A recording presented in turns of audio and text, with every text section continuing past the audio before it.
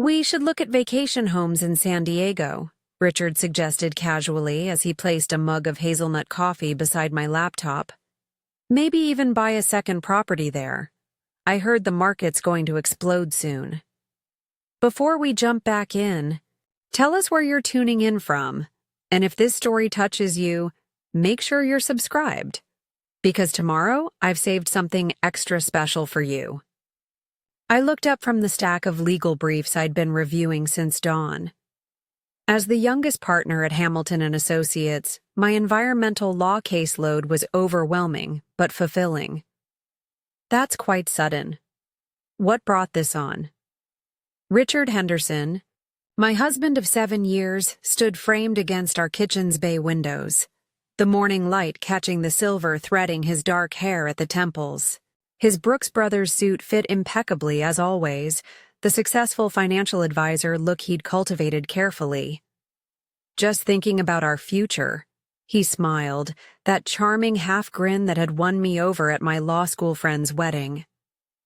We're both working so hard. Wouldn't it be nice to have a retreat? What Richard didn't know was that I'd already uncovered why he was suddenly interested in California real estate. The previous evening, while he was at a client dinner, I received a notification from our neighborhood security system.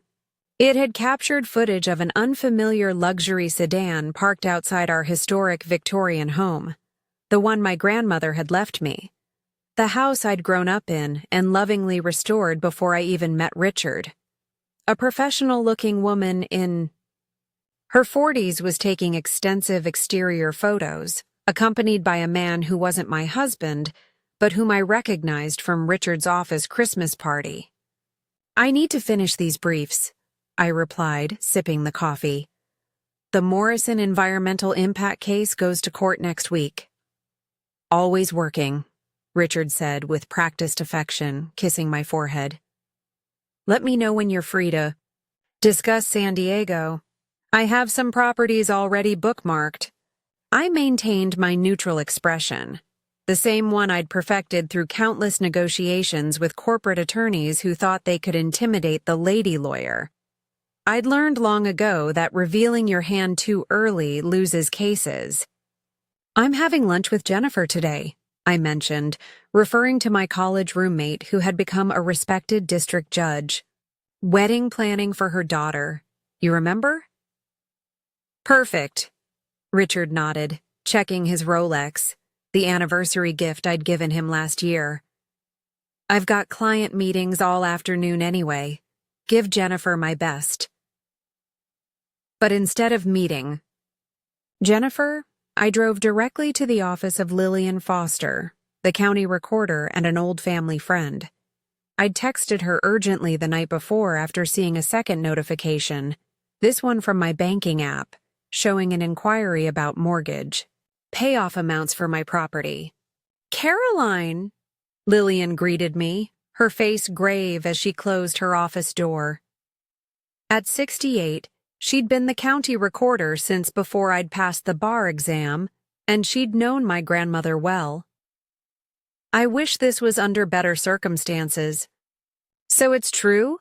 I asked, my stomach tightening as I took the seat across from her cluttered desk. Lillian nodded, sliding a folder across to me. Someone attempted to file transfer paperwork yesterday. Preliminary documentation for a property sale. Your address, Caroline.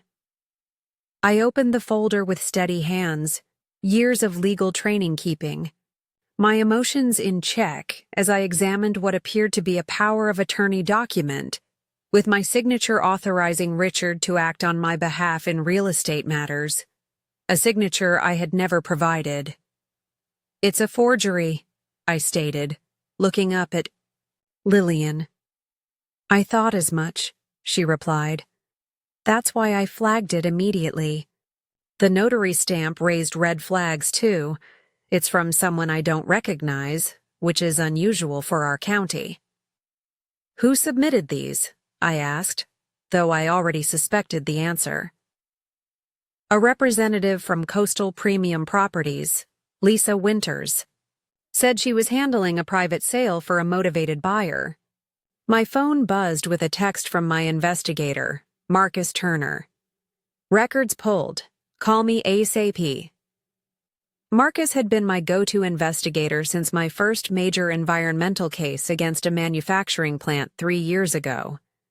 Ex-FBI turned private. He specialized in corporate malfeasance but handled select personal cases for trusted clients. I need copies of everything, I told Lillian, and I need this kept strictly confidential. Already done, she assured me. Nothing will proceed without proper verification. Your grandmother would haunt me if I let anything happen to that house. From the recorder's office, I drove not to my law firm but to the coffee shop where Marcus waited, his nondescript appearance belying his razor-sharp intelligence. It's worse than we thought, he said without preamble as I slid into the booth across from him. Your husband has been discussing the sale with multiple brokers for nearly 2 months. Asking price is $1. $2 million significantly under market. Value for a rush sale. I absorbed this information, my mind already cataloging legal strategies. The house is worth at least $1. $8 million with the restoration work I've done. Preparing and narrating this story took us a lot of time, so if you are enjoying it, subscribe to our channel. It means a lot to us. Now back to the story. He's motivated by speed, not maximizing profit, Marcus continued, sliding a tablet toward me.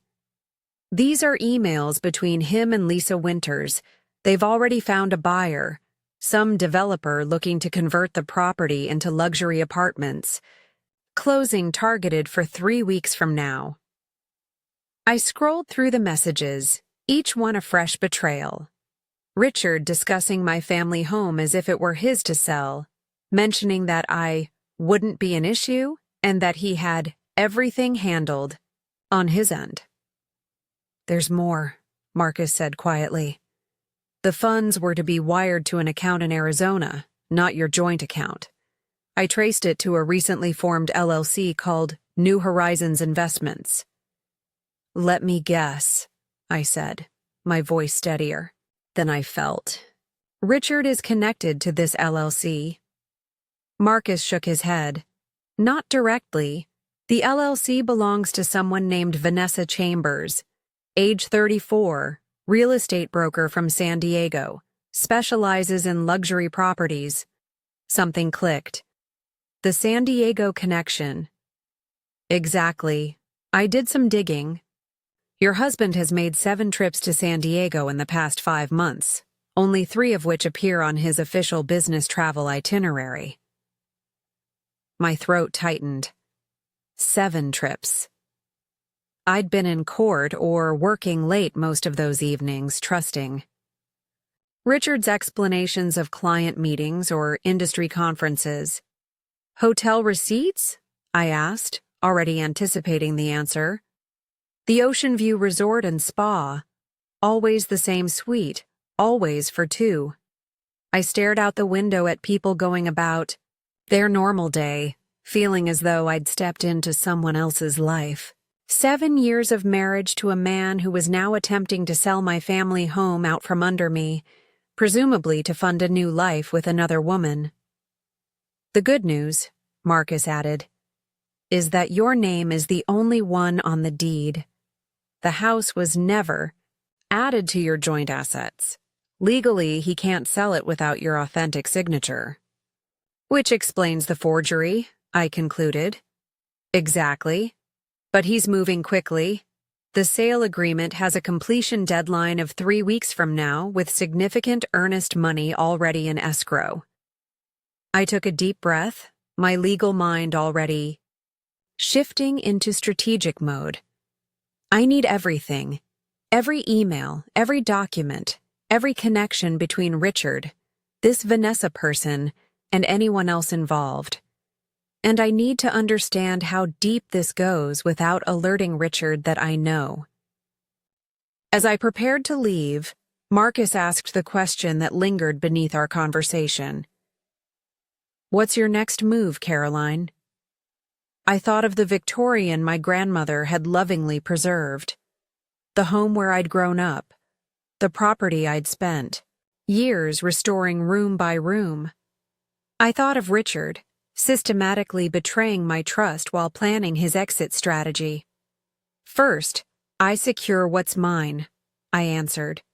Then, I ensure justice is served.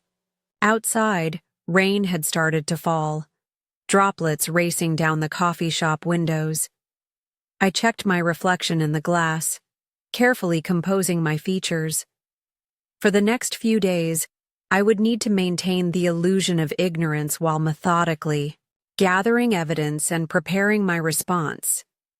After all, Richard might be a financial advisor with impressive credentials, but I was Caroline Mitchell, granddaughter of Judge Eleanor Mitchell and protege of environmental law legend William Harrison. I'd built my career on meticulous preparation and strategic thinking. Richard had no idea who he was really dealing with, but he was about to find out. I returned to my office at Hamilton and Associates, the corner suite I'd earned after winning the landmark Robinson watershed contamination case last year. My assistant Patricia looked up in surprise. "I thought you were meeting Judge Warner for lunch," she said, referring to Jennifer by her official title. "Change of plans," I replied smoothly.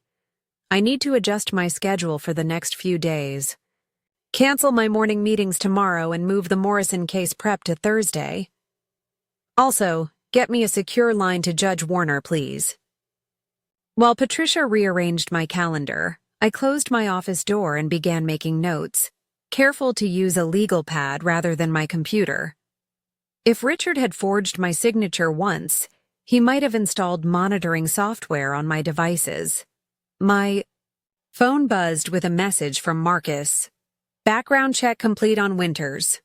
Previously censured for ethical violations in real estate transactions. Specialized in discreet relocations for motivated sellers." Another piece of the puzzle. Richard hadn't chosen his accomplice randomly.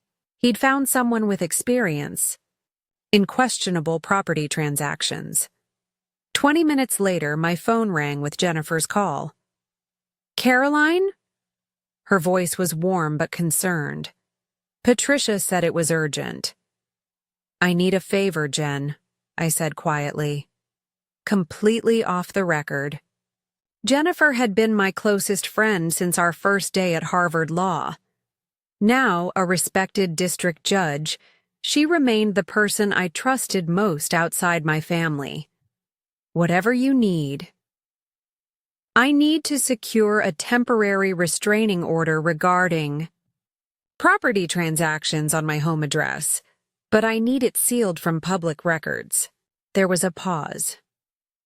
Jennifer knew I wouldn't ask something like this without serious cause. "This sounds personal, not professional," she observed. "It is. Richard is attempting to sell my house without my knowledge or consent. I have evidence of document forgery, but I need time to build my case without alerting him. Caroline." Jennifer's voice softened with concern. "Are you safe? Do you need—" "I'm fine," I assured her. "This isn't physical, it's financial. But I need to protect my property immediately while I gather evidence." "I'll help you file under seal," Jennifer said decisively. "Come to my chambers at 4:30. We'll handle it after my last case." "Thank you," I breathed, relief washing through me. Legal protection was the first essential step. "And Caroline," Jennifer added, her voice gentle but firm. "Whatever evidence you're gathering, make sure it's done legally. I know how thorough you are, but I also know how personally devastating this must be." Her warning was well-founded. As an attorney, I understood better than most how improperly obtained evidence could undermine even the strongest case. "Everything by the book," I promised. I didn't spend 7 years building a reputation for ethical practice to throw it away now. After ending the call, I sent a carefully worded text to Richard. Deposition running long. Don't wait up for dinner. His reply came quickly. No problem. Drinks with the Madison account team anyway. Might be late. I allowed myself a momentary flare of anger. The Madison account was based in Chicago. Their representatives hadn't been in town for months, according to Richard's own schedule that hung on our refrigerator. Another lie, so casually delivered. At 4:30, I met Jennifer in her chambers, bringing the evidence I'd collected so far. The forged power of attorney, the property listing information Marcus had uncovered, and the bank inquiries. This is textbook fraud, Jennifer said, reviewing the documents. Identity theft, forgery, wire fraud if any money has changed hands. I need time to understand how deep it goes and who else is involved, I explained. The restraining order buys me that time. Jennifer nodded, completing the paperwork that would temporarily freeze any transactions related to my property. This gives you 10 days, she said, signing the order. It's filed under seal, so it won't appear in public records that Richard or his accomplices might check. But Caroline, she hesitated, what's your endgame here? Criminal charges? Divorce? I considered her question carefully. The pain of Richard's betrayal was still too fresh, too raw to fully process. But beneath the hurt, a cold determination had taken hold. Justice, I answered simply. Complete and appropriate justice. By the time I left Jennifer's chambers, darkness had fallen over the city. I drove not to the Victorian that no longer felt completely safe, but to my parents' lake cabin an hour outside town. They were in Europe for 3 months, celebrating their retirement with an extended trip. The cabin would give me privacy to plan my next moves. On the drive, I called Marcus for an update. I've identified the notary who stamped the forged document, he reported. James Calloway works at Richard's firm, junior associate in their estate planning division. So Richard kept it in-house, I mused. Easier to control. Exactly. And I've confirmed 6 wire transfers from Richard's personal account to the New Horizons LLC over the past 4 months. Total of $43,000. Setting up their new life, I said, the reality of the situation settling deeper. What about the developer interested in my house? Meridian Properties. They specialize in converting historic homes to luxury apartments. Their representative met with Richard and Lisa Winters 3 times. They've already submitted preliminary plans to the city planning department for review. The casual efficiency with which they'd planned to erase my family home's heritage sent a fresh wave of anger through me. The Victorian had stood for over a century, survived 2 world wars, and countless storms. My grandmother had preserved its history meticulously, and I'd continued that stewardship. I need surveillance on Richard, I decided. Discreet but comprehensive. I want to know who he meets, who he calls, where he goes. Already in progress, Marcus confirmed. And I've placed a monitoring alert on the property records. If anyone attempts to file anything related to your address, we'll know immediately. At the cabin, I unpacked the overnight bag I'd kept in my car trunk since Marcus's first call that morning. Looking out over the moonlit lake, I allowed myself a moment to feel the full weight of what was happening. The man I'd loved, trusted, built a life with, was systematically betraying me. Not just emotionally, but attempting to steal my family legacy. I thought of my grandmother, who had been a pillar of the community, serving as a judge when few women reached those heights. She had left me the Victorian not just as a piece of real estate, but as a symbol of persistence and achievement, The thought of Richard selling it off to fund his affair with a woman young enough to be... I stopped myself. Age wasn't the issue. Betrayal was. My phone chimed with an email from Marcus containing his preliminary report. Opening it, I found detailed information on Vanessa Chambers, including photographs from social media showing her with Richard at various San Diego locations over the past 6 months. Dinner at oceanfront restaurants, walking on beaches. In one, they were looking at property brochures together, his arm around her waist. The timestamps confirmed what I already suspected. Many of these photos were taken on evenings when Richard had told me he was working late or attending industry events. I scrolled further, finding financial information that showed Vanessa had recently launched her luxury real estate business with a significant capital investment, approximately the same amount as the pending earnest money payment for my house. By midnight, I had compiled a detailed timeline of Richard's deception and drafted initial legal strategies. The restraining order would prevent any immediate property transfer, but I needed to build a comprehensive case that would not only stop the sale but hold all parties accountable. As I finally prepared for sleep in the cabin's spare bedroom, my phone lit up with a text from Richard. Hope the deposition went well. Missing you tonight. I stared at the message, the casual tenderness now reading like calculated manipulation. Had every moment of affection over the past months, perhaps years, been equally false? How long had he been planning this exit strategy? I set the phone aside without replying. Richard would assume I was already asleep, exhausted from my fictional deposition. Tomorrow I would return home and begin the most challenging performance of my legal career, pretending I suspected nothing while methodically dismantling his scheme. Before turning out the light, I looked once more at the photographs Marcus had sent. Richard and Vanessa, smiling, planning their future together. A future partially funded by selling the home I loved without my knowledge or consent. Enjoy it while it lasts, I whispered to their smiling images. Because your plans are about to unravel completely. Morning brought clarity and renewed determination. I showered, dressed in one of my court suits, and drove back to the city, stopping first at an electronics store where I purchased a new secure phone with cash.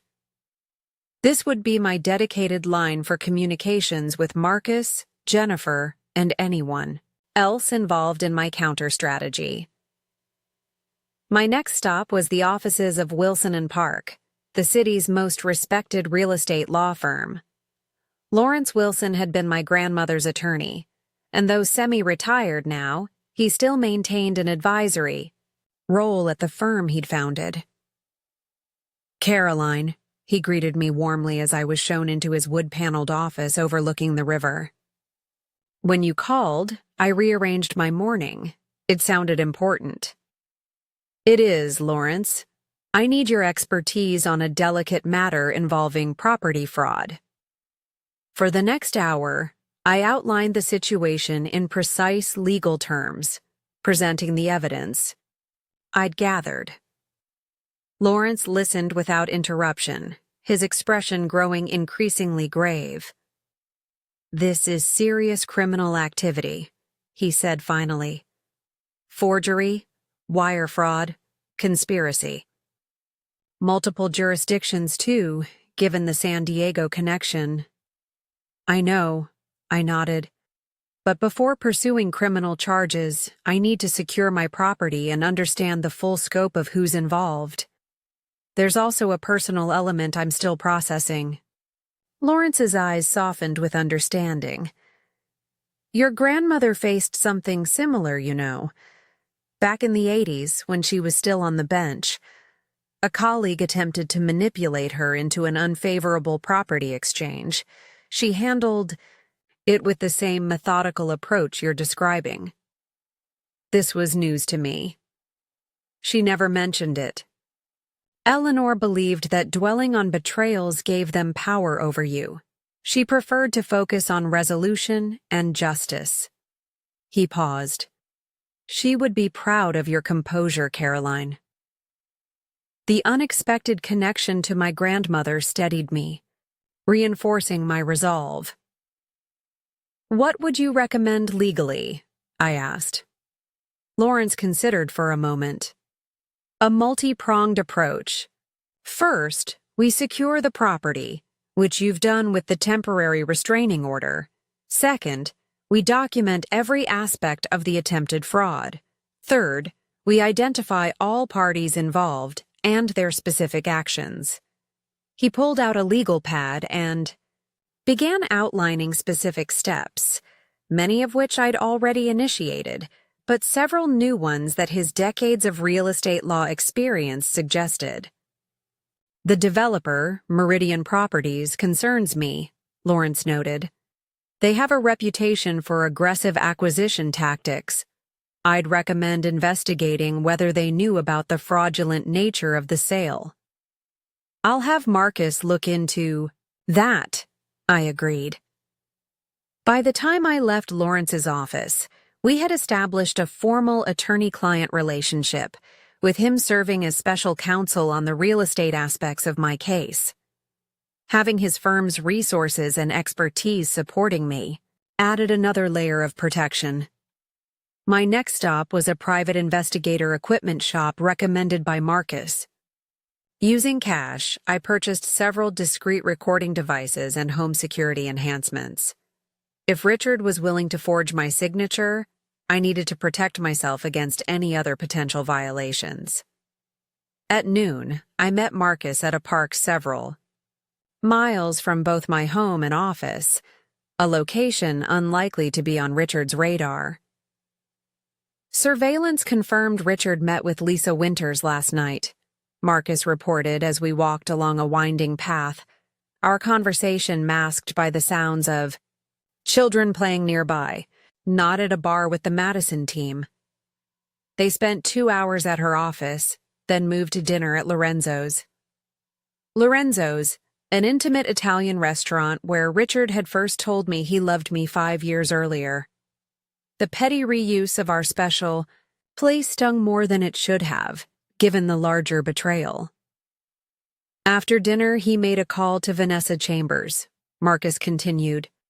Based on his body language and the conversation fragments our directional mic captured, she's growing impatient. About something. He kept reassuring her that everything's on schedule and the money will be there. Did he go home after? Marcus nodded. Arrived at your house around 11:30. Our team maintained surveillance through the night. No unusual activities. And the developer? Meridian Properties is owned by Gregory Sullivan. He has connections to Lisa Winters. They've worked on 3 previous conversions together. I'm still investigating whether he knew about the fraudulent nature of this deal, but I did discover something interesting. Marcus showed me documents indicating that Meridian had already pre-sold 2 of the planned luxury units to business, associates of Richard's. They were getting friends in on the investment opportunity, I realized, using my home as a vehicle for their profit. Exactly. And based on these timelines, Richard has been planning this for at least 8 months. 8 months. My mind flashed back, calculating. Around the time I'd won the Robinson case, the achievement that had made me the youngest partner in my firm's history.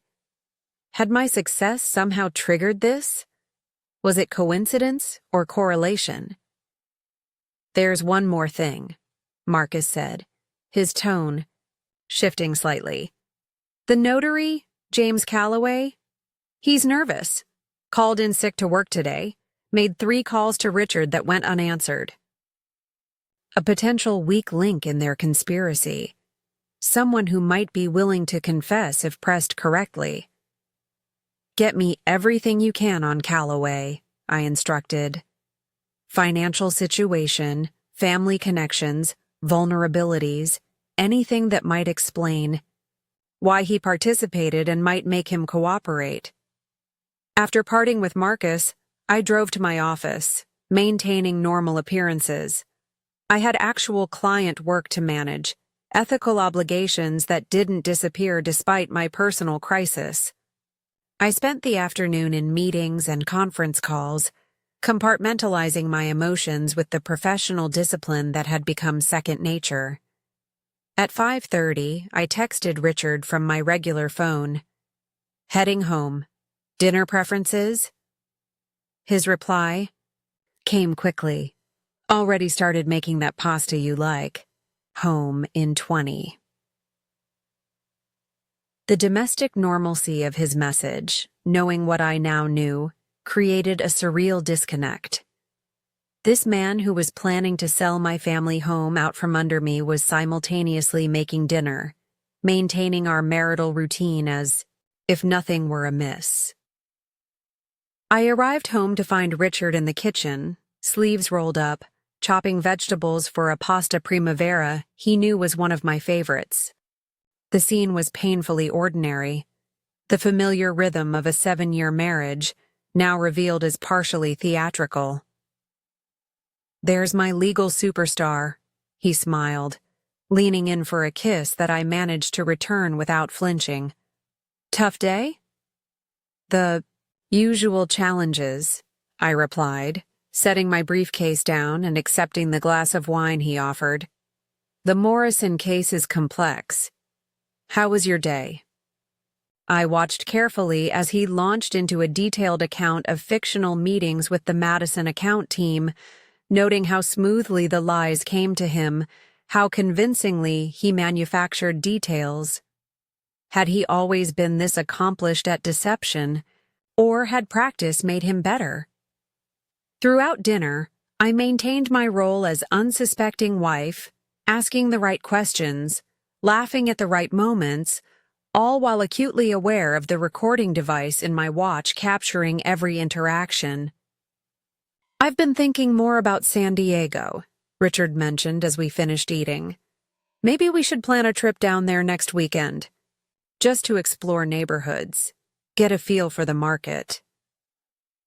The audacity was almost admirable.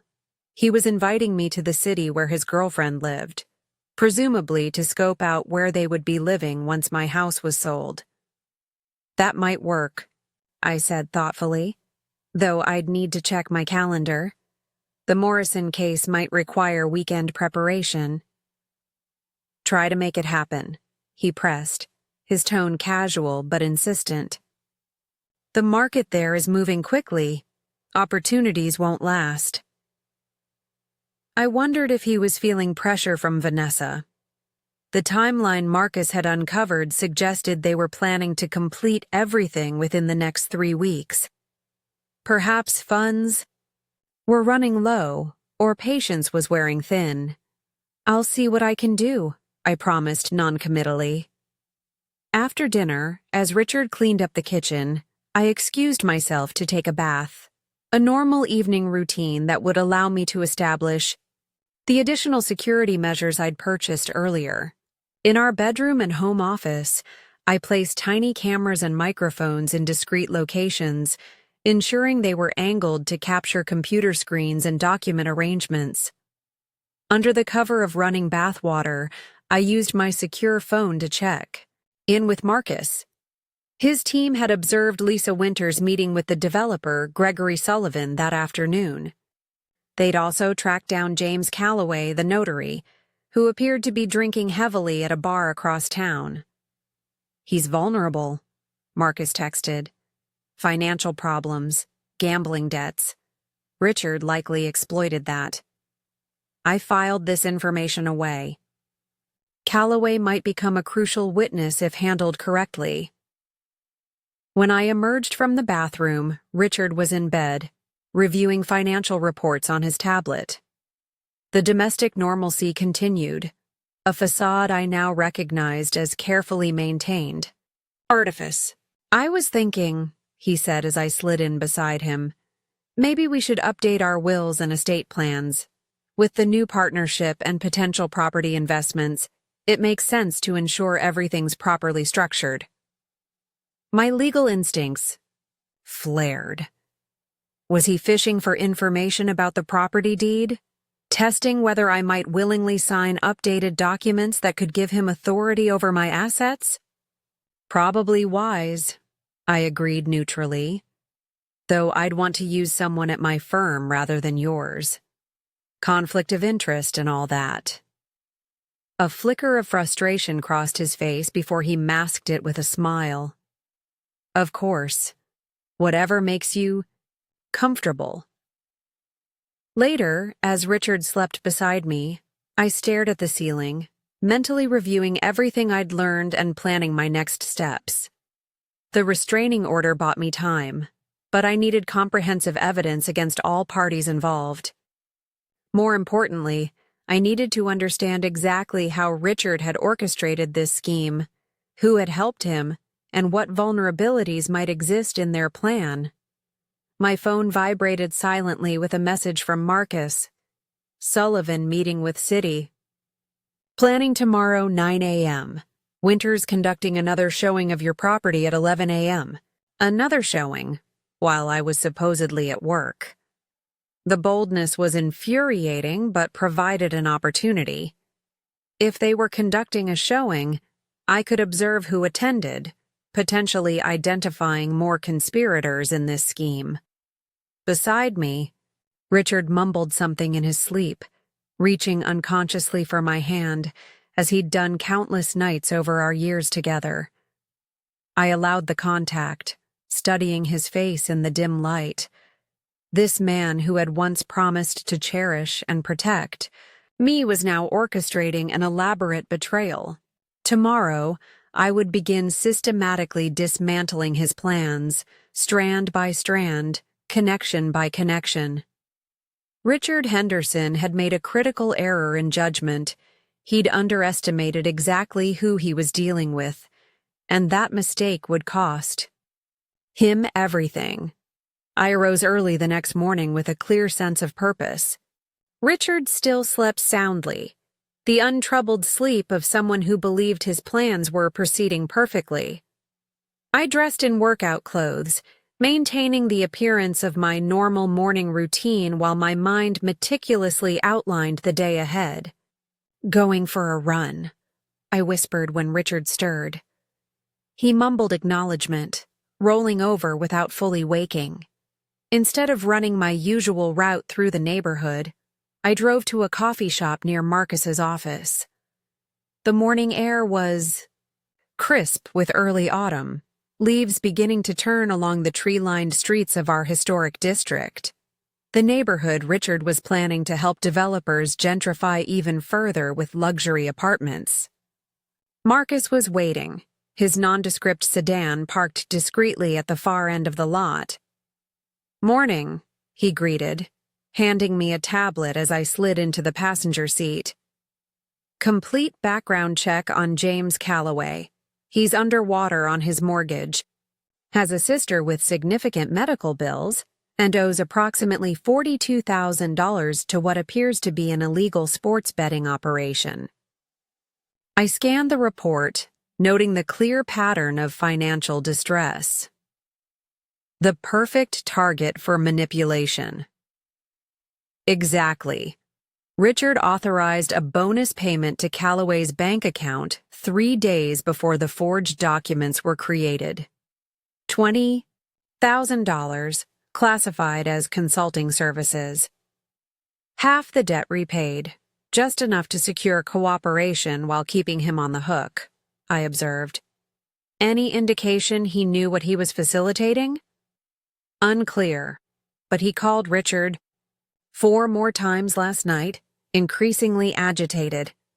Whatever stability he thought he had is crumbling. He's our vulnerability point, I decided. Where is he now? Called in sick again. Currently at his apartment, hasn't left since returning from the bar at 1 a.m. I checked the time, 7:45 a.m. I need to meet with him, but it can't be connected to me officially, and I need to observe this property showing at 11. Marcus nodded. I can arrange a confidential meeting with Calloway through an intermediary.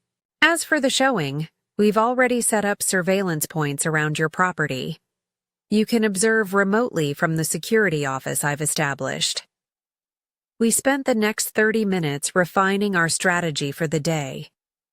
By 8:30, I was back home, entering through the kitchen door to find Richard making breakfast, dressed impeccably in one of his designer suits. Good run? He asked, sliding a plate of avocado toast across the counter. Refreshing, I replied, accepting the food with a practiced smile. You're dressed early. Special meeting? Client breakfast, he explained, checking his watch. The McDonough estate planning. Their children are flying in today. Another lie. According to Marcus's surveillance, Richard had a meeting scheduled with Gregory Sullivan from Meridian Properties. I wondered how many fictitious clients Richard had invented over the months to cover his activities. Sounds important, I commented. I've got depositions all morning, then court prep with the team. Might be another late one. Richard nodded, sympathetically. We should both clear our schedules for next weekend, though. San Diego awaits. I'll try, I promised, the non-committal answer seeming to satisfy him. After Richard left, I showered and changed into work attire, but instead of heading to my office, I drove to the secure location Marcus had established in a commercial building downtown. The converted office space now contained multiple monitors, showing security feeds of my Victorian home, the offices of Lisa Winters, and Meridian Properties. Right on schedule, Marcus noted as I entered. One screen showed Richard arriving at Gregory Sullivan's office at precisely 9 a.m. On another, Lisa Winters was arranging flowers and staging materials in preparation for the showing of my home. Audio feed is active in both locations, Marcus assured me. We'll hear everything. For the next hour, we monitored Richard's meeting with Sullivan, capturing crucial details about their arrangement. Sullivan was concerned about complications with the title, which Richard smoothly dismissed as administrative details being finalized. They discussed accelerating the timeline, with Sullivan pushing to complete the sale before the end of the month. Market conditions are shifting, Sullivan emphasized, and my investors want to break ground before winter. Everything is on track, Richard assured him. The final paperwork is being processed. We'll meet your timeline. At 10:30, Richard left Sullivan's office and headed not to his firm, but to a jewelry store in the upscale shopping district. Through directional microphones, Marcus's team captured his conversation with the saleswoman as he selected an expensive diamond pendant. A special gift for a special occasion. The knife twisted deeper. Using funds likely drawn from our joint accounts to purchase jewelry for his mistress while plotting to sell my family home. At 10:50, we shifted focus to my Victorian as Lisa Winters arrived to prepare for the showing. She moved through rooms. My grandmother had lovingly preserved, rearranging furniture I had carefully restored, speaking into her phone about the incredible development opportunity and prime location. Prospective buyers arriving, Marcus alerted me as a luxury SUV pulled up outside. A couple in their 50s emerged, followed by Lisa Winters' assistant. Edward and Patricia Langdon, Marcus identified them. He's CEO of Langdon Development Group, competitor to Meridian. They specialize in historic property conversions. So Richard and Winters are playing developers against each other, I realized, creating a bidding competition to drive up the price. We watched as Lisa led the Langdons through my home, pointing out original features while simultaneously outlining how they could be altered or removed to maximize rental unit space. The current owner is highly motivated. Lisa explained smoothly. Family situation requiring immediate relocation. The husband has full authority to transact. We've reviewed all the documentation. And the zoning variances? Edward Langdon inquired. This neighborhood has strict historical preservation ordinances. Lisa smiled confidently. We have preliminary approval from planning and connections on the historical commission, all manageable with the right approach. My mind instantly connected this claim to Richard's occasional golf games with Councilman Barrett, head of the Planning Commission. Had those friendly rounds been part of this scheme as well? As the tour continued, my secure phone buzzed with a message. Callaway. Meeting arranged. 1 p.m. at the Riverside Cafe. He believes he's meeting Richard's associate. This was developing perfectly. While Richard thought I was in depositions all day, I would be systematically gathering evidence from every angle of his conspiracy. The Langdons left my home at 12:15, clearly interested in the property.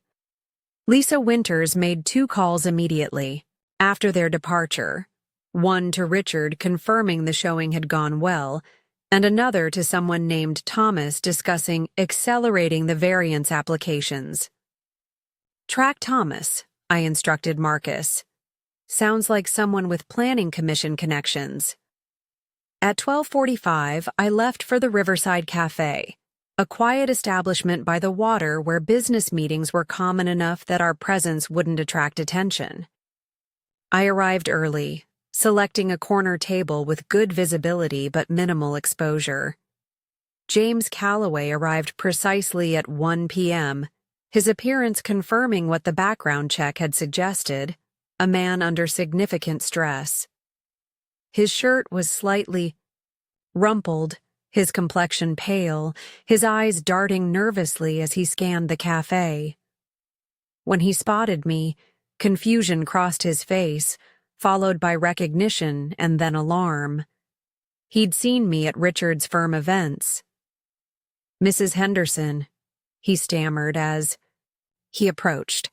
I was expecting someone else I know, I replied calmly. Please, sit down, Mr. Callaway. He hesitated, clearly considering whether to flee, but ultimately slid into the chair across from me. How much did Richard tell you about what you were notarizing? I asked without preamble. Callaway swallowed hard. I don't know what you're... Let me be clear, I interrupted, keeping my voice low and controlled. I have copies of the forged power of attorney bearing your notary stamp. I have bank records showing the payment to your account. I have enough evidence to bring criminal charges against you for fraud, identity theft, and conspiracy. His face, drained of what little color remained. Mrs. Henderson, I never meant... I'm not interested in what you meant, I stated firmly. I'm interested in what you did and what you know. And right now, you have a very brief window to decide which side of this you want to be on when everything comes to light. Callaway glanced around frantically, as if seeking escape. Finding none, he leaned forward, voice barely above a whisper. Richard said it was just a paperwork issue, that you had agreed to sell the property but were too busy with a big case to handle the documentation. He said you'd authorized him to manage everything. And you believed that justified forging my signature on a legal document? He brought me the paper with your signature already on it, Callaway protested. Said you'd signed it hurriedly, between meetings. I just notarized it. I never actually saw you sign it, but he said that was normal for busy executives and their spouses. This was a critical detail. If Callaway hadn't witnessed the signing, his notarization was invalid, on its face regardless of the forgery issue. When did you realize something was wrong? I pressed. Callaway's shoulders slumped. Yesterday.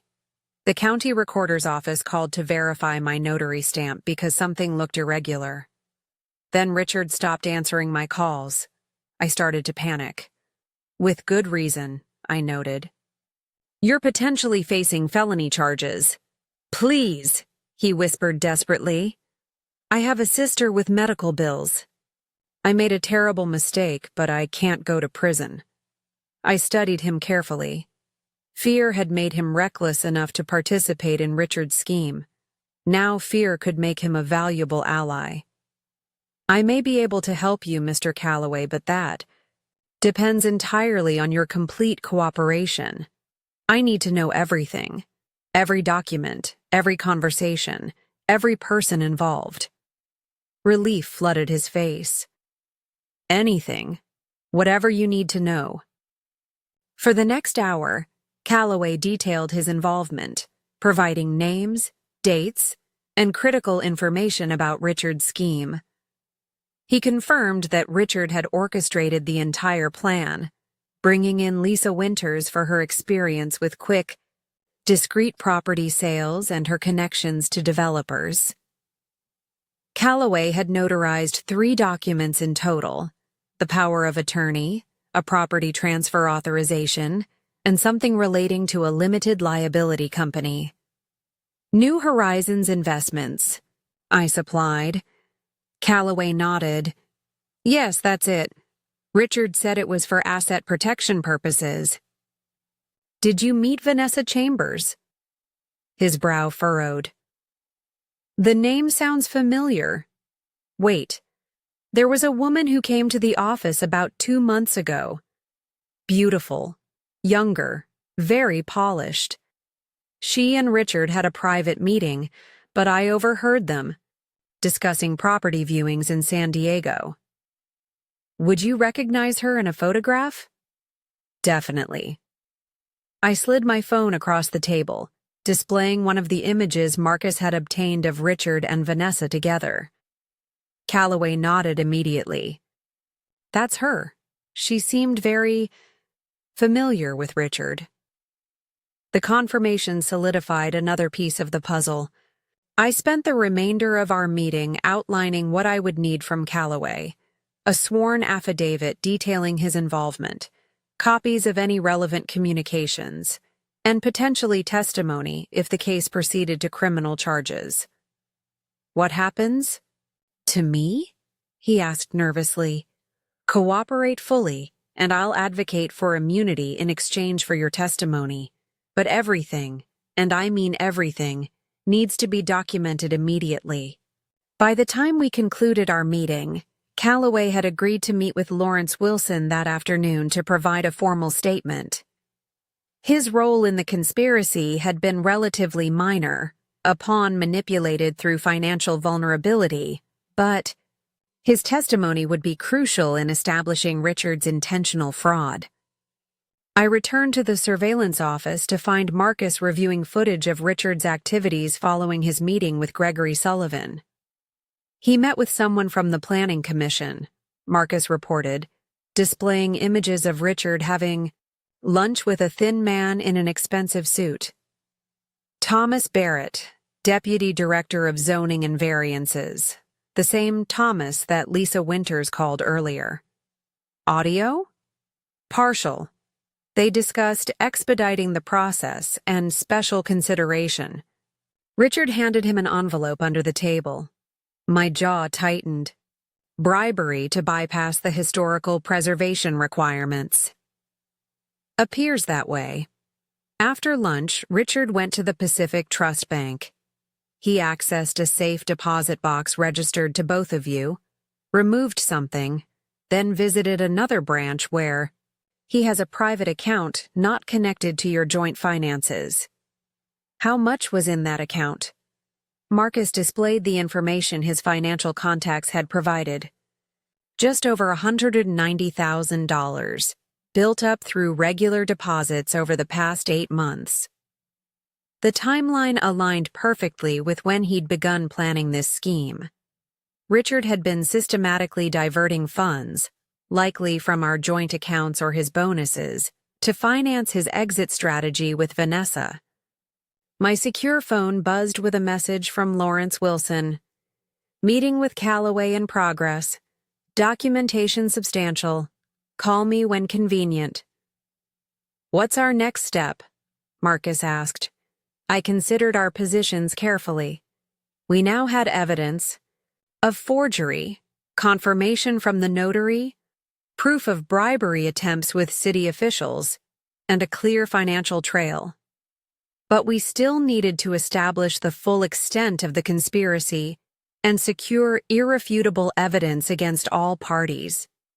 I need access to Richard's home office tonight, I decided. He mentioned client drinks after work, which gives me a window while he's out. Marcus looked concerned. You're taking a personal risk. If he returns unexpectedly, it's my house, I reminded him. I have every right to be there, but I need to access his private files without alerting him that I'm investigating. I'll have a team on standby, Marcus assured me. Surveillance will track Richard's movements continuously. At the first sign of him returning home, you'll get an alert. I spent the rest of the afternoon at my actual law office, maintaining professional appearances while discreetly advancing our investigation.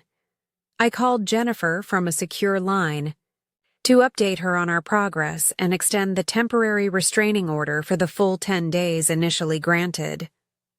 The evidence is mounting rapidly, I told her. Forgery, conspiracy, potential bribery of public officials.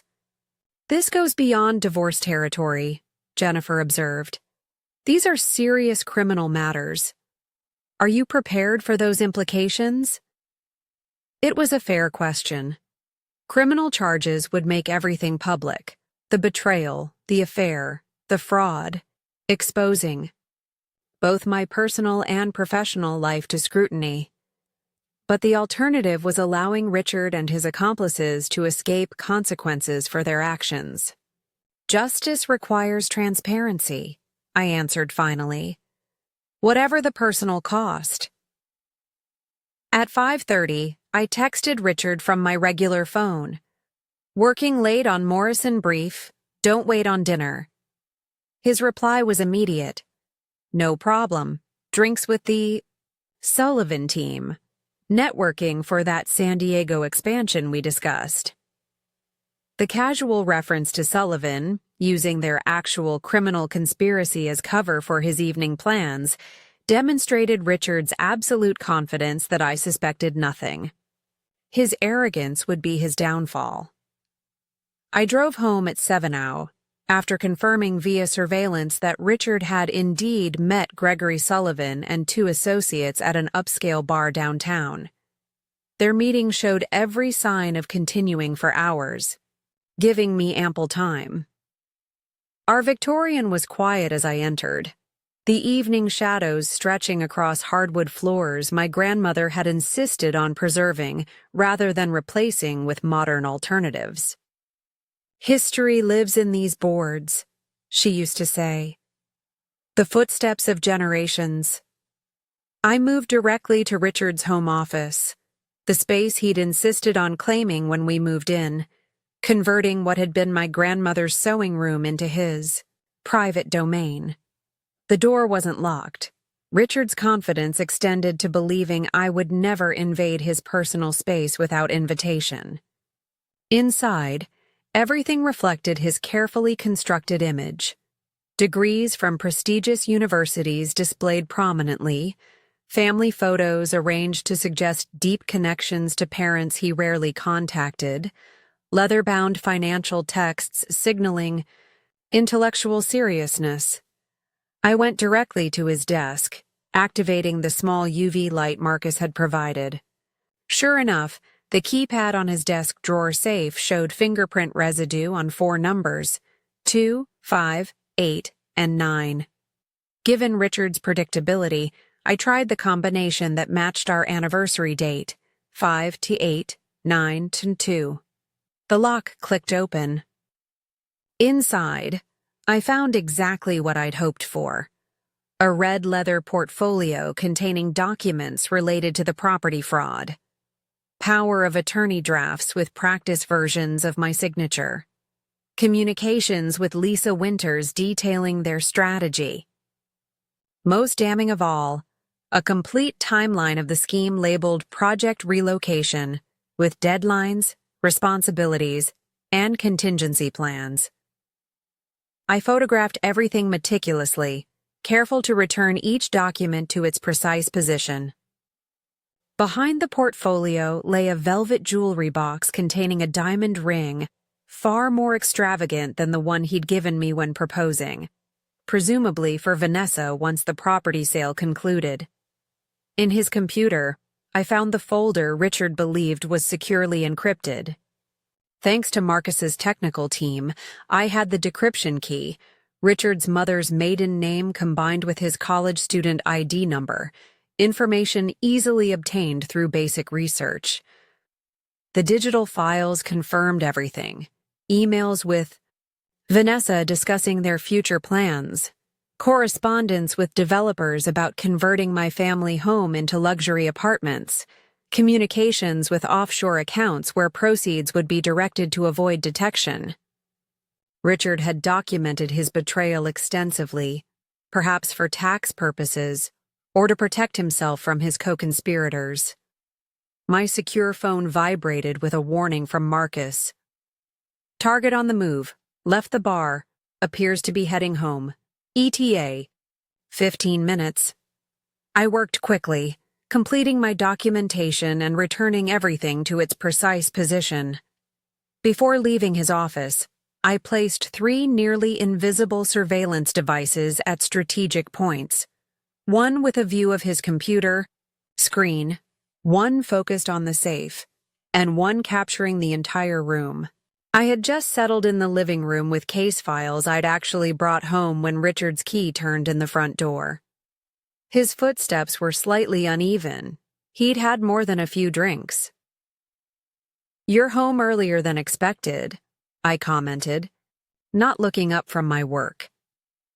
"Sullivan canceled the second venue," Richard explained, loosening his tie. "Something about an early meeting tomorrow." He kissed the top of my head, a gesture that now felt like a stranger's touch. "How's the Morrison brief coming?" "Complicated but manageable," I replied, closing the folder. "How was your networking?" "Productive. Sullivan has excellent connections in the San Diego market."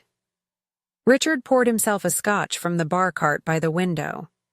"I think I've convinced him to introduce us to some key players when we visit next weekend."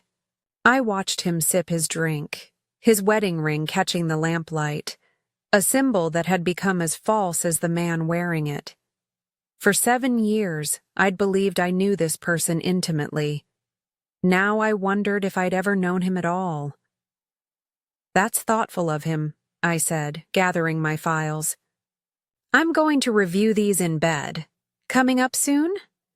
"In a bit," Richard replied, checking his phone discreetly, likely for messages from Vanessa. That night, as Richard slept beside me, I finalized my strategic plan. We now had substantial evidence against all major players in the conspiracy: Richard, Lisa Winters, Gregory Sullivan, Thomas Barrett from the Planning Commission, and even threads connecting to Vanessa Chambers through the New Horizons LLC. Tomorrow would be the day to begin tightening the noose. Richard Henderson had spent months meticulously planning to betray me and steal my family legacy. Now it was my turn to show him exactly what happened when you underestimated Caroline Mitchell.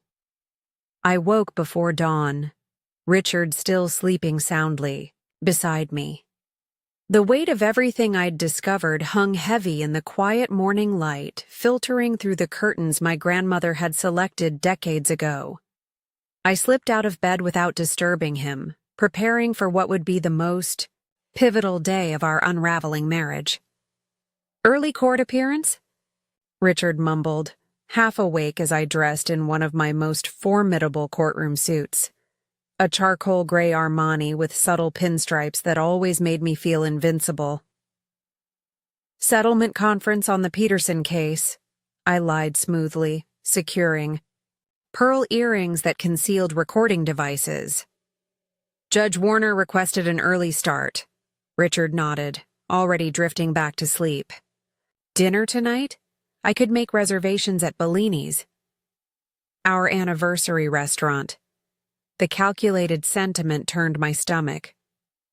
Let's play it by ear, I replied, watching his features carefully. These negotiations could run long. As I left our bedroom, I took a final glance at the man who had shared my life for 7 years, the man who now schemed to dismantle it.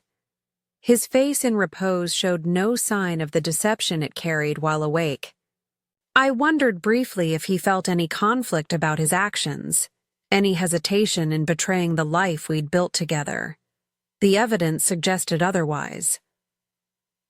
The morning air was crisp as I drove not to court, but to Lawrence Wilson's office, where he'd arranged an early meeting with the full team now assembled to address Richard's conspiracy. The conference room held a formidable group. Lawrence himself, Marcus and his top investigator, Jennifer, who had rearranged her court schedule, a forensic accountant, and a former prosecutor who specialized in white-collar crime. The evidence is substantial, Lawrence began, distributing folders containing our compiled findings.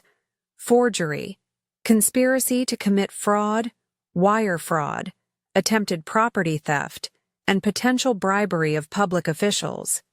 James Calloway provided a sworn affidavit yesterday, he continued, indicating a document bearing the notary's signature.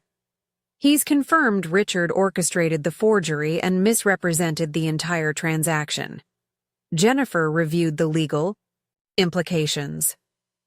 We have grounds for immediate criminal referral to the district attorney. The question is timing and approach. I considered our position carefully. Before pursuing criminal charges, I want to ensure we've identified all involved parties and secured my assets completely. Criminal proceedings would alert Richard immediately, potentially allowing co-conspirators to cover tracks or destroy evidence. Agreed, Marcus nodded.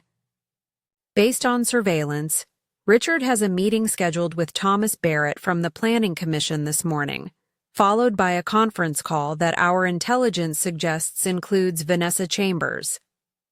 Both would be valuable to document before formal proceedings begin. The forensic accountant, Helen Lopez, presented her analysis of the financial trails. Richard has been systematically moving funds for approximately 8 months. Small amounts carefully timed to avoid triggering bank alerts.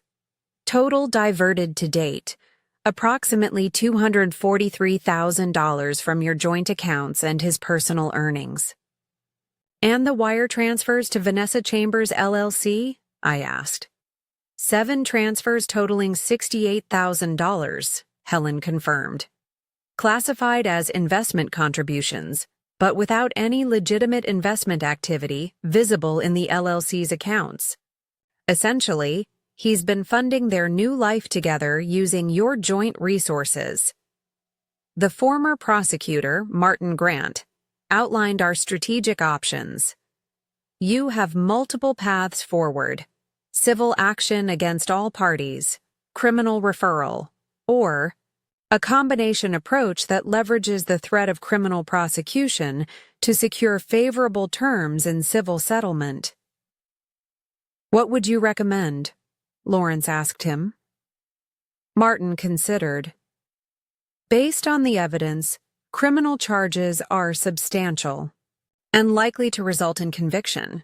However, the criminal process is lengthy, public, and removes some control from your hands. A strategic approach might begin with civil action against all parties, using the explicit threat of criminal referral as leverage for immediate resolution. I had already reached the same conclusion. This wasn't about revenge. It was about justice and protection of what was rightfully mine. Here's what we're going to do, I decided, outlining my comprehensive strategy. First, we would secure temporary freeze orders on all assets connected to the conspiracy. Richard's private accounts, the New Horizons LLC, Lisa Winter's business, accounts, and the escrow funds already committed by developers. Second, we would file civil complaints against all parties simultaneously, with carefully structured settlement terms that would make immediate compliance their only rational option. Third, we would secure and document Richard's meeting with Barrett and the call with Vanessa, completing our evidence collection before serving him with divorce papers and the civil complaint. And if they don't comply with settlement terms? Jennifer asked. Then we proceed with criminal referrals. Against all parties, I confirmed. The settlement offers will make this explicit. Compliance or prosecution. Lawrence nodded approvingly. Methodical and comprehensive. Your grandmother would be proud. The meeting concluded with clear assignments for each team member. Lawrence would prepare the civil filings and asset freeze orders. Marcus would continue surveillance and evidence gathering. Jennifer would expedite the legal processes through her judicial connections. Helen would document the complete financial trails. And Martin would structure the settlement terms to maximize leverage. What about you? Jennifer asked as the others filed out. I have a meeting with the Historical Preservation Society at 10, I replied. Then I'll be observing Richard's meeting with Barrett personally. Jennifer's eyes reflected concern. Are you sure that's wise? Being in proximity to him now. It's necessary, I assured her.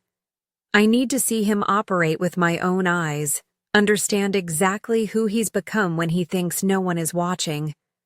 As I left Lawrence's office, my secure phone buzzed with an update from Marcus. Richard had left our home and was heading not to his office but to Lisa Winter's real estate firm. A deviation from his expected pattern. I redirected to the surveillance. Location near Winter's office, arriving just in time to observe Richard entering the building. From our monitoring position in an adjacent office suite, I watched through high-definition cameras as Richard and Lisa engaged in an animated discussion, their voices captured clearly by our directional microphones. We have a problem, Richard was saying, his normally confident demeanor showing signs of strain. Barrett says there's been an inquiry about the zoning variance application from someone at the Historical Society. Lisa Winters paced her office, stiletto heels clicking, against hardwood floors. Who at the Society? We've managed them before. He doesn't know. Some preservation specialist asking very specific questions about our property. Our property. The casual possession in his voice sent a fresh wave of cold fury through me. Can Barrett handle it? Lisa asked. He thinks so, but he wants another $20,000 to smooth the process, and says there might be additional scrutiny now. Lisa's perfectly maintained facade showed irritation. We've already paid him $30. These bureaucrats are bottomless pits. The commission meets next Friday, Richard reminded her. We need that variance approved before the closing date or Meridian walks. Their financing is contingent on breaking ground by November. What about the Langdons? Their offer is nearly competitive, and they're less concerned about immediate construction. Richard shook his head. Sullivan's offer is still superior, and he's agreed to the accelerated timeline. We need to make this work. They continued discussing contingency plans, unaware that every word strengthened the case against them. Richard agreed to transfer additional funds to Barrett, while Lisa would prepare alternative documentation if the historical designation became problematic. As their meeting concluded, Richard checked his watch. I need to meet Barrett in 30 minutes. Where are we with the property transfer documentation? Final versions complete, Lisa assured him. Once we have the variance approval, we can proceed immediately with closing. Your wife's signature won't be an issue? Richard's smile chilled. Me even through the video feed. Caroline's too busy with her environmental crusades to notice real estate transactions. Trust me, everything's handled. The casual dismissal of my attention and intelligence was almost laughable given the comprehensive case we'd built right under his nose. Richard's fatal error wasn't just ethical, but strategic. He'd fundamentally misjudged his opponent. After they parted, I proceeded to my scheduled meeting with Eleanor Blackwell, director of the Historical Preservation Society and an old friend of my grandmother's. I hadn't randomly mentioned the Historical Society. I'd already reached out to Eleanor the previous day to ensure preservation protections for my Victorian would be rigorously enforced. Eleanor greeted me warmly in her office surrounded by maps and photographs documenting the city's architectural heritage. At 73, she remained a formidable defender of historical properties, having fought countless battles against developers like Meridian. I've assigned our most thorough inspector to review your property's status, she confirmed.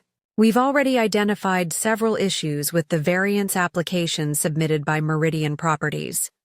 The plans clearly violate at least 6 preservation requirements. Will that be enough to block the development? I asked. Eleanor's eyes twinkled with strategic mischief. My dear, I've been stopping developers from destroying history for 40 years. Trust me, once we file our official objections, their variance request will be buried in requirements and reviews that would take months, if not years, to navigate, even with friends on the commission. This additional layer of protection brought profound relief. Even if Richard somehow circumvented our legal actions, the Historical Society would ensure the Victorian remained protected. Your grandmother would never forgive me if I allowed that house to be carved into luxury apartments, Eleanor added, patting my hand. She defended my own home from similar fate back in the 90s. We take care of our own. From the Historical Society, I redirected to observe Richard's meeting with Thomas Barrett. Marcus had secured us observation access in a cafe across from the restaurant where they'd arranged to meet, close enough for our equipment to capture their conversation, but with me positioned where Richard wouldn't notice my presence. Barrett arrived first, a thin man with perpetually nervous movements. His city planning commission credentials displayed prominently on the lanyard around his neck, a visual reminder of the authority he was willing to sell. Richard arrived 5 minutes later, carrying a manila envelope that undoubtedly contained the additional payment Barrett had demanded. They exchanged pleasantries, ordered drinks, and then proceeded to business. I've reviewed the application, Barrett said, leaning forward. There are legitimately complex issues with the historical designation. The east wing of the property was specifically mentioned in the original preservation documents. That shouldn't be insurmountable, Richard replied smoothly, sliding the envelope across the table. The development plans retain the exterior facade, which is what matters for street-level historical integrity. Barrett discreetly checked the envelope's contents before tucking it into his jacket. I'll make sure the commission focuses on the facade preservation aspects rather than the interior modifications. But you should know the Historical Society has assigned Eleanor Blackwell's team to review the application. Richard's confident expression faltered slightly. Blackwell? She's still active? Very much so, and notoriously difficult to navigate around. She's blocked more developments than anyone in the city's history. Can't you limit her involvement somehow? Procedurally delay her review until after approval? Barrett shifted uncomfortably. That's why we needed the additional consideration. I'll have to create special procedural circumstances, which attracts attention.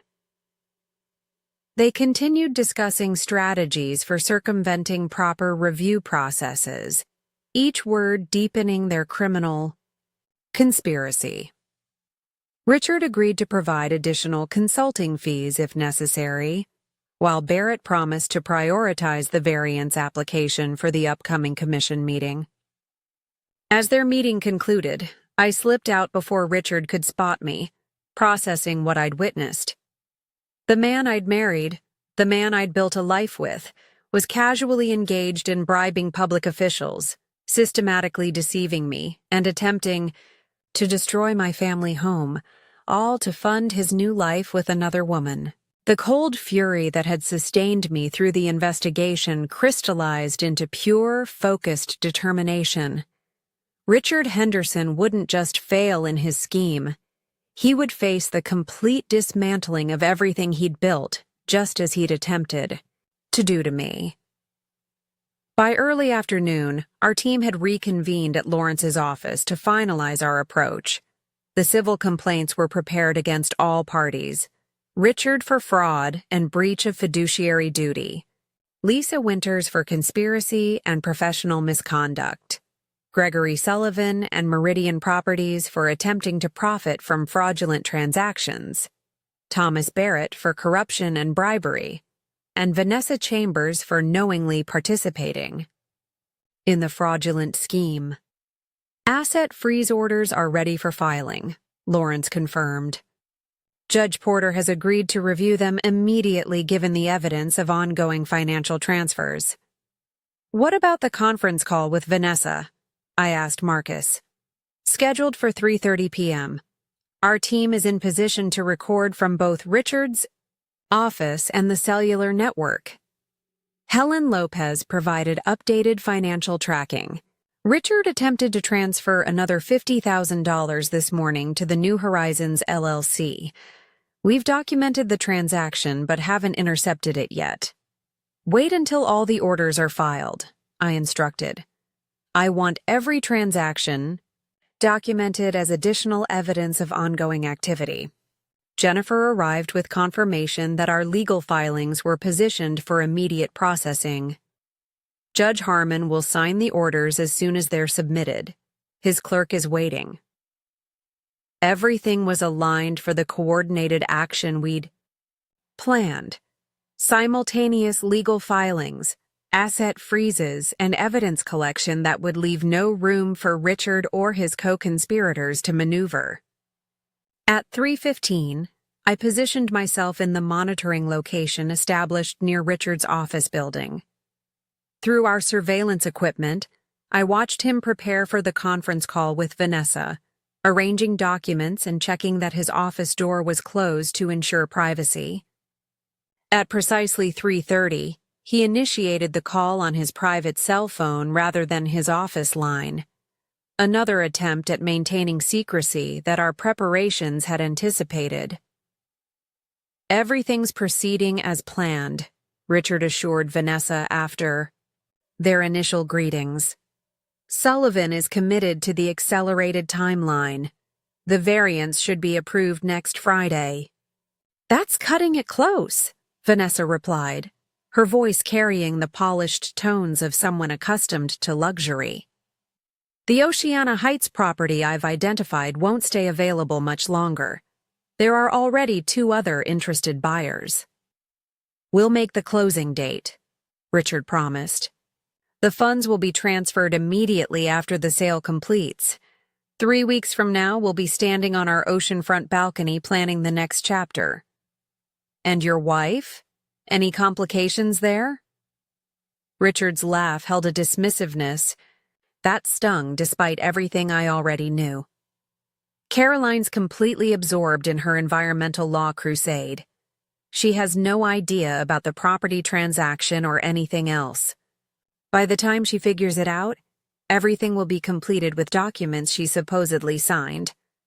And if she contests it afterward? Vanessa pressed. By then, the property will be sold, the funds transferred offshore, and I'll be dealing with a simple divorce where I generously concede other marital assets in exchange for a clean break.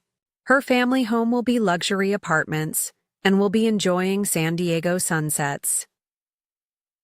The calculated cruelty of his plan, so casually articulated, would have devastated me days earlier.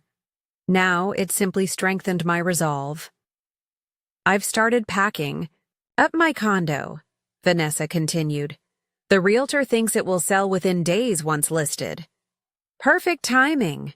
I've arranged for movers to handle my essential items next Thursday, while Caroline's at a conference in Seattle. There was no Seattle conference on my schedule, another fabrication in Richard's elaborate deception. They continued discussing logistics, unaware that every detail they confirmed provided additional evidence for our case. Richard outlined how he'd structured the financial transfers to avoid detection, how the property sale proceeds would move through multiple accounts before reaching their final destination, and how he planned to explain his sudden departure to colleagues and friends. As the call concluded with intimate promises that turned my stomach, I signaled to our team that we had everything we needed. It was time to execute the final phase of our counter-strategy. Within the hour, all our legal filings were submitted simultaneously: civil complaints against all parties, emergency asset freeze orders on all connected accounts, and a comprehensive divorce petition detailing Richard's fraudulent activities and breach of fiduciary duty. Judge Harmon signed the orders immediately, and by 5 p.m., the machinery of justice was in full motion. Richard's private accounts were frozen. The New Horizons LLC assets were secured. Lisa Winters received notice that her broker's license was under emergency review. Thomas Barrett was informed of an ethics investigation by the city manager's office. Gregory Sullivan found his development permits for 3 separate projects suddenly under scrutiny. The synchronized precision of our response left no opportunity for evasion or evidence destruction. By the time Richard received the first notification of account freezes at 5:17 p.m., our team had already secured all the documentation needed to prosecute every aspect of the conspiracy. His panicked call to Lisa Winters was captured by our surveillance. "Everything's frozen! What the hell is happening?" Lisa's equally frantic response: "I just got notice of a license review and a civil complaint. Sullivan's calling nonstop. His projects are being held up across the board." I returned home at precisely 6:30 p.m., the time I typically arrived after court appearances. Richard was pacing our living room, his phone pressed to his ear, his normally immaculate appearance showing signs of stress. He ended his call abruptly when I entered. "You're home," he observed, attempting to compose himself. "How was court?" "Productive," I replied calmly, setting my briefcase on the entryway table. "Very productive. How was your day?" "Fine," he lied, his eyes darting to his phone as it buzzed incessantly with notifications. "Just some unexpected complications with a client account." I nodded sympathetically. "Those can be challenging. Anything I can help with?" "No," he replied too quickly. "Just administrative issues. Nothing serious." The doorbell rang before he could continue his fabrications. Richard froze, clearly not expecting visitors. "Should I get that?" I asked innocently. "I'll handle it," he insisted, moving quickly to the door. On our front step stood a professional process server, documents in hand. "Richard Henderson?" "Yes," Richard confirmed warily. "You've been served." The process server handed over a thick envelope. "Have a good evening." I watched as Richard opened the envelope, his expression changing from confusion to shock to something approaching fear as he recognized the nature of the documents: divorce petition, civil complaint, and notice of asset freeze, all filed by Caroline Mitchell, attorney at law, represented by Lawrence Wilson of Wilson and Park. Richard's head snapped up, eyes finding mine with dawning comprehension. "You knew?" he stated, his voice barely above a whisper. I held his gaze steadily. I knew everything. The forgery, the property scheme, Vanessa, all of it.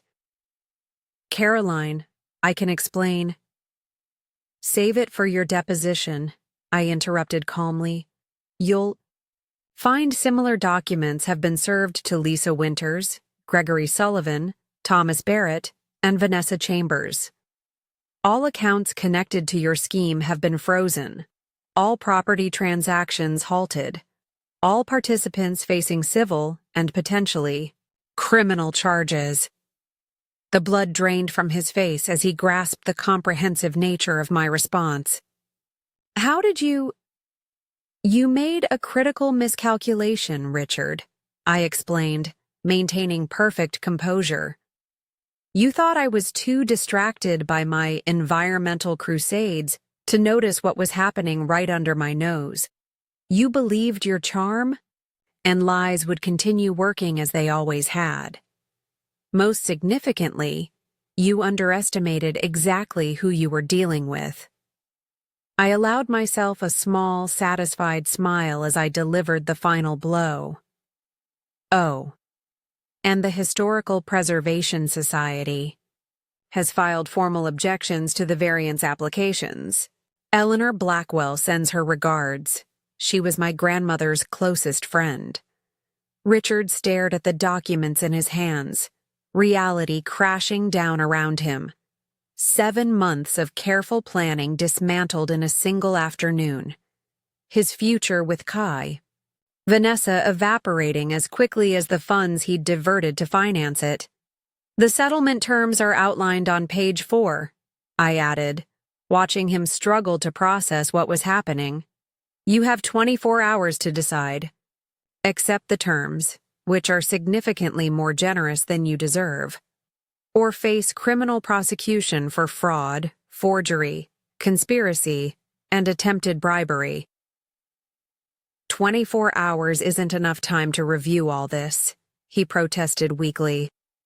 By time frame remarkably similar to what you planned to give me when you disappeared to San Diego with everything I owned," I observed. "The difference is, I'm giving you a choice. You offered me none." His phone rang again, likely another panicked co-conspirator discovering their world collapsing. Richard ignored it, still trying to formulate a response that might salvage something from the wreckage of his plans. "Where am I supposed to go?" he asked finally, the question of a man whose carefully constructed exit strategy had imploded. "That's not my concern," I replied. "But I suggest you start by finding a hotel. I'll have your essential items sent. There tomorrow." As Richard gathered basic necessities under my watchful eye, the magnitude of his miscalculation became increasingly apparent. He had gambled everything, his marriage, his career, his reputation, on a scheme that had unraveled completely, leaving him with nothing but legal consequences and shattered plans. When he finally departed, suitcase in hand and legal documents tucked under his arm, I closed the door on 7 years of shared life and 3 months of methodical investigation. The Victorians seemed to settle around me, creaking softly as old houses do, not with anxiety, but with what felt remarkably like satisfaction. My grandmother had always said that houses held the energy of what transpired within them. Tonight, my family home stood vindicated, its legacy preserved, its future secure. Tomorrow would bring settlement negotiations, financial reckonings, and the inevitable public aspects of such proceedings. But tonight, in the quiet victory of justice achieved, I allowed myself to fully recognize the strength that had carried me through this betrayal. Richard had seen me as a distracted, trusting spouse easily deceived and manipulated. In reality, he had faced an opponent whose strategic thinking, professional resources, and unwavering determination made his elaborate scheme look amateurish by comparison. The lesson was powerful in its simplicity. Never underestimate a woman fighting for what rightfully belongs to her, especially when that woman is prepared to dismantle your entire world with methodical precision and absolute resolve. Morning sunlight streamed through the stained glass transom windows my grandmother had commissioned from an artisan in Prague decades ago, casting kaleidoscope patterns across the hardwood floors. I sipped coffee in the solitude of my kitchen, no longer needing to maintain the facade of normalcy that had defined the past week. The house felt different, cleansed somehow, as if Richard's departure had lifted a shadow I hadn't fully recognized until it was gone. My secure phone buzzed with an update from Marcus. Henderson checked into the Westbrook Hotel, made 16 calls between 9 p.m. 2 a.m. to various co-conspirators. Multiple attempts to access frozen accounts. Surveillance maintained. I smiled slightly at the predictability of Richard's response. Rather than addressing the legal filings directly, he was scrambling to salvage something from his collapsed scheme. Classic crisis behavior for someone accustomed to manipulating systems rather than confronting consequences. Lawrence's message arrived moments later. Sullivan's attorney requested early meeting. Appears ready to deal separately. Barrett contacted Ethics Council. Dominoes falling. The coordinated pressure was working as designed. By targeting all participants simultaneously with civil complaints, asset freezes, and professional consequences, we'd created a situation where each conspirator had strong incentive to be the first to cooperate. Game theory and practice.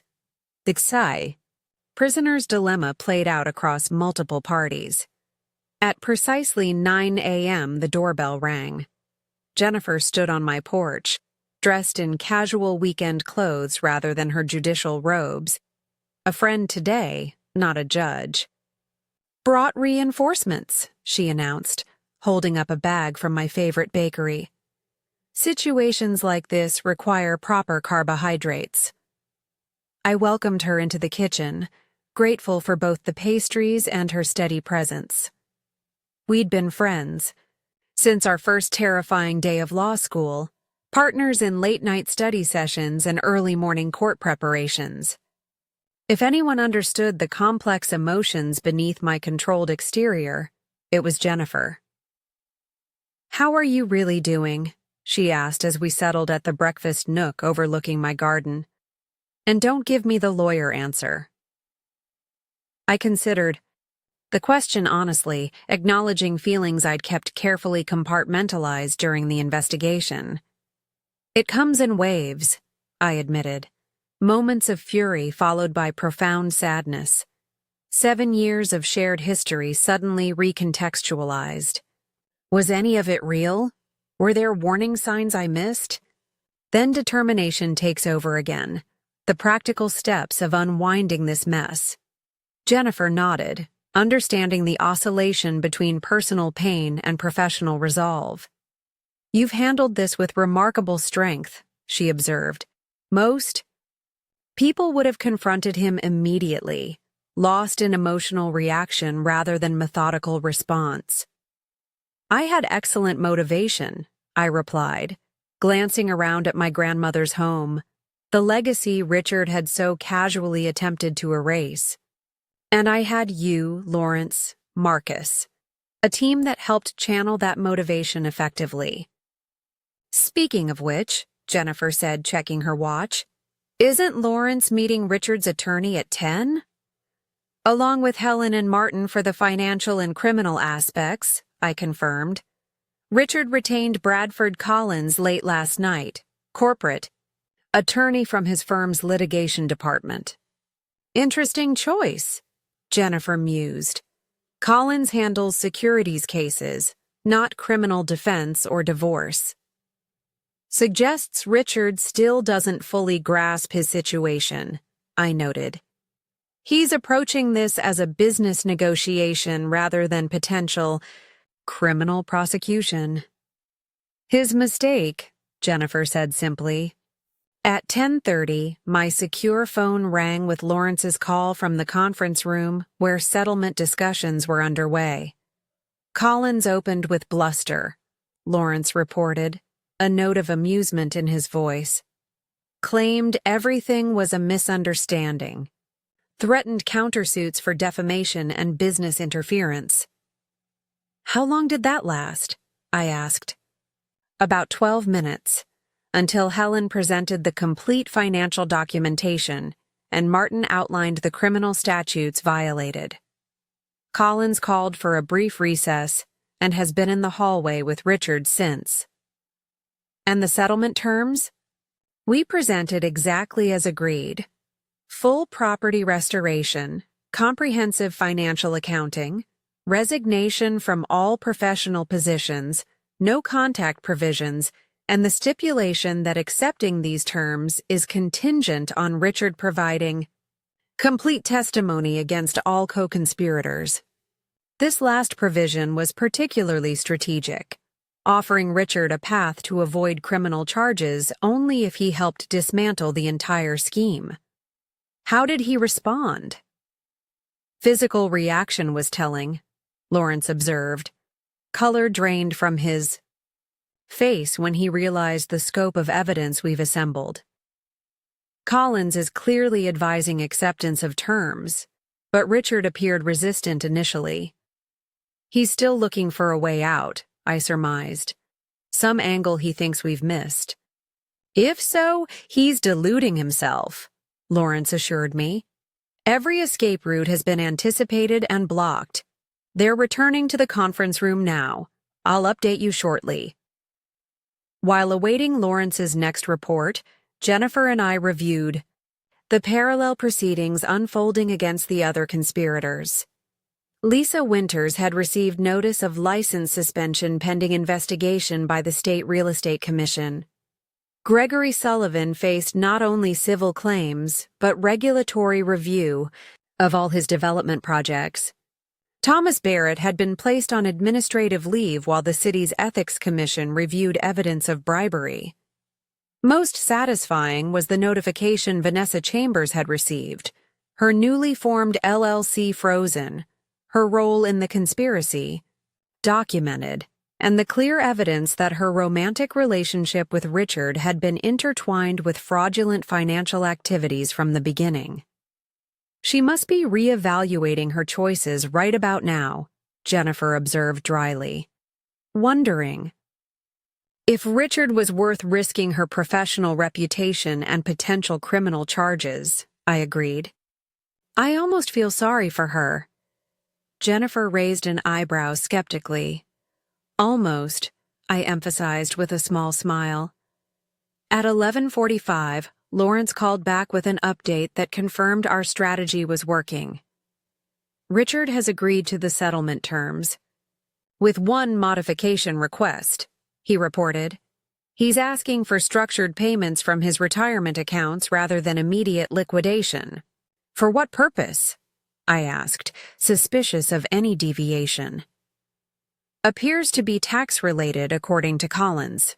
The immediate liquidation would trigger substantial penalties that would diminish the overall recovery. I considered this briefly. Have Helen review the proposal. If it genuinely maximizes recovery without creating new loopholes, I'm amenable. There's more, Lawrence continued. Sullivan's attorney contacted us during our break.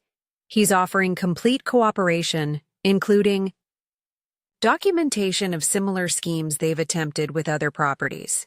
Apparently, our coordinated approach convinced him that selective disclosure is his best option. This development exceeded our expectations. If Sullivan provided evidence of systematic fraud beyond just my case, it could help other victims. recover their properties and ensure regulatory authorities address the broader pattern of exploitation. Accept his cooperation with the condition that all documentation is provided immediately and verified before any agreement is finalized, I instructed. By early afternoon, the framework of settlements had emerged across all parties. Richard had ultimately accepted our terms in full, recognizing that the alternative, criminal prosecution with overwhelming evidence, would result in not just financial ruin, but potential imprisonment. Lisa Winters faced permanent license revocation, but avoided criminal charges by providing detailed testimony about similar schemes. Sullivan secured limited immunity in exchange for extensive documentation of fraudulent practices throughout his development company. The most satisfying capitulation came from Thomas Barrett, who had immediately sought cooperation terms when confronted with evidence of bribery. His testimony would expand the case beyond my personal situation, potentially exposing systemic corruption within the Planning Commission. Only Vanessa is holding out, Marcus reported during our team's afternoon briefing at Lawrence's office. She's hired aggressive counsel claiming she was an unwitting participant who believed Richard's representations about the property transaction. That position is untenable given the evidence, Martin noted confidently. The email exchanges explicitly discuss the fraudulent nature of the documentation. She was fully informed and actively participating. She'll fold by morning, Lawrence predicted. Her attorney is experienced enough to recognize an unwinnable position once discovery begins. As we reviewed the day's developments, I felt the first genuine sense of resolution beginning to take shape. Richard's scheme hadn't just failed. It had collapsed so comprehensively that he was now actively helping dismantle the very conspiracy he had orchestrated. "What happens tomorrow?" Jennifer asked as our meeting concluded. "Richard returns to the house under supervision to collect his personal belongings," I explained. "Then formal documentation of all settlements will be executed. Would you like company during his visit?" She offered, understanding how difficult that encounter might be. I considered briefly before declining. I need to handle this final step myself. Complete the circle, so to speak.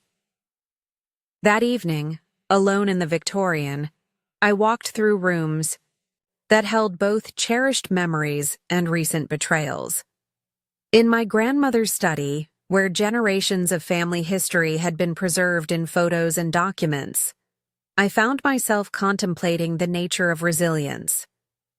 My grandmother had faced her own challenges, breaking barriers as one of the first female judges in our state, raising my mother alone after my grandfather's early death, preserving this house when developers had tried to claim the neighborhood, decades earlier. She hadn't simply survived adversity, she had transformed it into strength and wisdom that benefited others. Perhaps that was the truest form of justice. Not just rectifying wrongs, but creating positive change from painful experiences. With that thought in mind, I drafted an outline for a new initiative through my law firm, a specialized legal service for individuals facing property fraud, particularly women targeted through personal relationships. By leveraging the expertise we'd assembled for my case, we could create a resource for others who might lack the legal knowledge or financial means to protect themselves. Morning arrived with confirmation of our final holdout surrender. Vanessa's attorney contacted us at 7 a.m., Lawrence reported. She's accepting all terms and providing additional documentation of Richard's planning timelines. Perfect timing, I noted, preparing for Richard's scheduled arrival at 10 a.m. Marcus had arranged for security personnel, discreet but effective, who would ensure the property removal proceeded without incident. 2 specialized movers would document every item Richard took, preventing any attempt to remove belongings that weren't personally his. At precisely 10 a.m., Richard's luxury sedan pulled into the driveway. Through the front window, I watched him sit motionless for several moments, perhaps gathering courage or rehearsing whatever approach he planned to take. The confident financial advisor whose charm had once seemed so genuine now appeared diminished, uncertainty evident even in how he carried himself as he finally approached the door. I opened it before he could ring the bell, maintaining control of even this small detail. "Caroline?" he began, his voice carefully modulated into what I recognized as his client appeasement tone. "Thank you for arranging this. The security team will accompany you throughout the house," I responded professionally, indicating the two suited individuals waiting in the foyer. "The movers will pack and document everything. You have 3 hours as agreed in the settlement terms." Richard glanced at the security personnel, absorbing the reality that he would not be having the private conversation he'd likely planned. "Could we speak briefly first?" he attempted. "There are things I'd like to explain." "The time for explanations was during our marriage, Richard," I replied evenly. "Now we have a legal agreement that includes specific parameters for this property retrieval. I suggest we adhere to those terms." Something like genuine regret flickered across his features. "You have every right to hate me." "I don't hate you," I clarified, surprising myself with the truth of the statement. "Hatred requires emotional investment I'm no longer willing to make. What I feel is closer to disappointment, in who you chose to become and what you were willing to destroy for personal gain." He flinched slightly at the precision of the assessment. "The master bedroom and guest room closets contain your clothing," I continued professionally. "Your personal items from the office have been gathered in labeled boxes. Anything in dispute can be photographed and addressed through our attorneys." For the next 3 hours, I worked in my grandmother's study, while Richard moved through the house under watchful eyes, collecting the artifacts of our shared life. Occasionally, I heard him pause at certain rooms or photographs, moments of recognition, perhaps, of what he had discarded so carelessly. In the study, I focused on outlining the new legal initiative I had conceived the previous evening. The framework was taking shape. Education components to help people recognize warning signs of property fraud, legal templates for securing assets preventatively, and an intervention team for active cases. Lawrence had enthusiastically embraced the concept when I'd shared it that morning, offering to provide senior attorney oversight pro bono. Jennifer had suggested partnering with the court's community outreach program to identify vulnerable individuals before they became victims. At precisely 1 p.m., the security team informed me that Richard's allotted time was concluding. I entered the foyer as the movers carried the last of his packed belongings to the waiting vehicles. Richard stood awkwardly by the door, the confident financial advisor completely absent now. In his place stood simply a man facing the consequences of his choices. Professional reputation destroyed, career effectively ended, relationship with Vanessa likely unsalvageable given her cooperation against him. "I never meant for things to end this way," he offered lamely as the movers departed. "Few people plan to face the full consequences of their actions," I observed. "That doesn't make those consequences any less deserved." He nodded slightly, accepting the truth of this. "For what it's worth, I am sorry. Not just for getting caught, but for betraying what we had." I studied him carefully, searching for sincerity in these final words. Surprisingly, I found it. A genuine, if belated, recognition of the damage he'd caused. "I believe you are sorry now," I acknowledged. But remorse after consequences isn't the same as integrity before temptation. The difference matters. As Richard stepped through the doorway one final time, the security team ensuring he proceeded directly to his vehicle. I felt no triumph or vindication, only the quiet certainty that justice had been served. Not through vengeance or emotional reaction, but through methodical, lawful resolution that held all parties accountable. The following week brought formal conclusion to all settlement agreements. Richard provided comprehensive testimony against his co-conspirators, confirming every aspect of the scheme and identifying several additional attempted frauds across multiple properties. Sullivan's cooperation expanded the investigation into systematic development fraud, targeting historically protected neighborhoods. Barrett's testimony launched a broader ethics investigation within the Planning Commission. Most significantly, Lisa Winter's detailed documentation revealed a pattern of targeting professional women with valuable properties, particularly those perceived as too busy with careers to monitor real estate matters closely. This evidence proved invaluable in developing our new legal initiative, which we named the Property Justice Project. 1 month after Richard's final departure from the Victorian, I hosted a small gathering to formally launch the project. Jennifer, Lawrence, Marcus, Eleanor from the Historical Society, and several other allies who had supported me through the ordeal assembled in my grandmother's living room, not to celebrate a personal victory, but to establish a resource that would help others.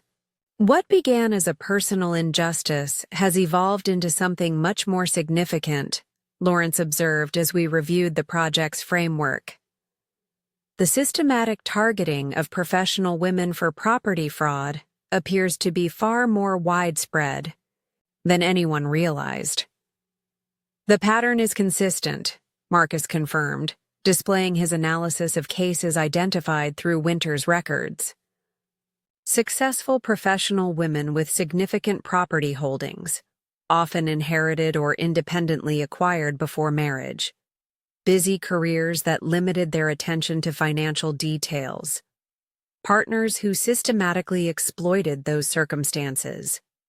The good news, Jennifer added, is that the publicity surrounding this case has already prompted 3 other women to come forward with similar situations.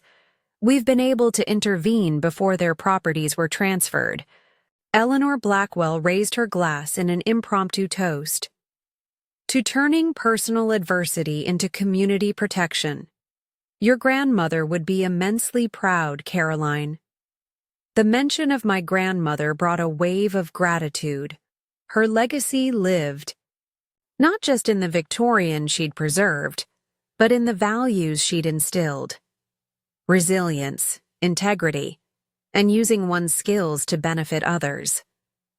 The Property Justice Project would extend those values to protect people who might otherwise lose their homes and histories to sophisticated predators.